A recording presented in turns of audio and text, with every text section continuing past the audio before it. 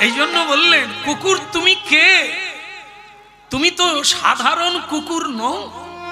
হ্যাঁ, ঠিকই ধরেছ।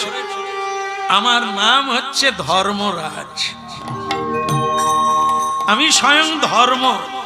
তোমাকে জানাবার জন্য এসেছিলাম যে যিনি নররূপে এসেছেন তিনি সাধারণ নর নয়, তিনি ঈশ্বর।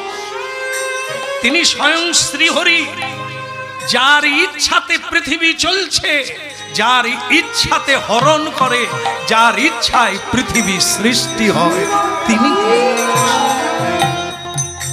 এই জন্য প্রতিটি মানুষের দরকার কি? বলে রে বদন,